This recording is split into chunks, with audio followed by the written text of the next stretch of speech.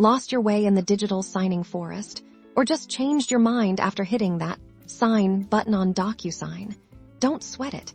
Withdrawing your electronic signature is a breeze, keeping you in the driver's seat of your digital agreements.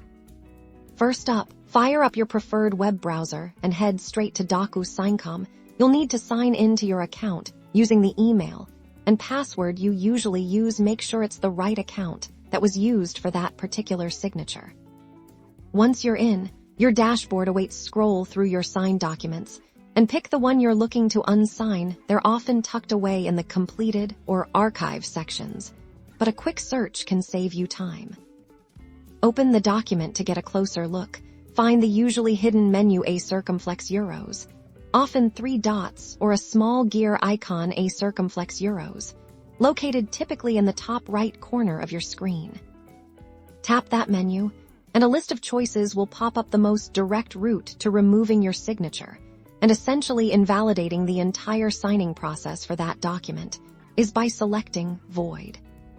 A friendly heads-up will appear, reminding you that voiding is permanent and renders all signatures invalid. If you're sure, go ahead and hit Void. It's like hitting a reset button on that specific document transaction. And voil a tilde. The document status will update to voided. It's still there for your records, but it no longer holds any official power. Think of it as archived history, not active legal tender. Now, if you caught your mistake before sending the document out to others, you might see a correct option. That's your chance to edit and resign, but if others have already signed, void is your go-to.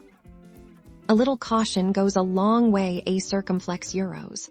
Always give documents a ansova before signing, but for those inevitable oops moments, knowing how to void or correct your Docusign signatures keeps your digital life in order. You've got this covered.